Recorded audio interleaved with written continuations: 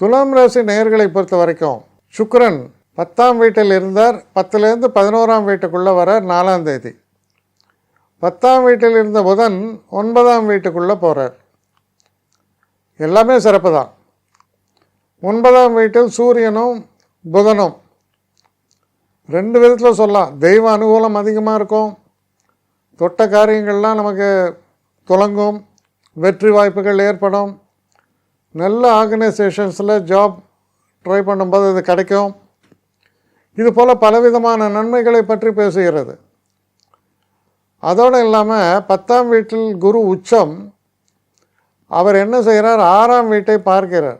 எதிரிகளுடைய தொல்லையெல்லாம் தீர்ந்து வெற்றி, வழக்கு வேஜங்களில் வெற்றி, நம்ம முயற்சி செய்யும் காரியங்களில் வெற்றி, எங்கும் வெற்றி எதிலும் வெற்றின்ற மாதிரி பாடலாம் நீங்கள். அந்த மாதிரியான ஒரு சுச்சுவேஷனை பற்றி சொல்லுது. அதே போல் 11ஆம் வீட்டில் சுக்கிரன். திருமணம் சம்பந்தப்பட்ட விஷயங்கள் நல்லபடியாக நடக்கும். காதல் போன்ற விஷயங்கள்லாம் நடக்கும். திருமணம் அதற்கான முயற்சிகள் வெற்றிகரமாக அமையும். நல்ல சொத்துக்கள் வாங்குவதற்கான வாய்ப்புகள் பெருகும்.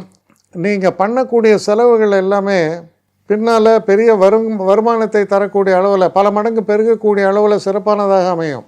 ஒரு ஆணாக நீங்கள் இருக்கும் பட்சத்தில் பெண்களால் மிகப்பெரிய ஆதாயங்கள் உங்களுக்கு காத்திருக்கு.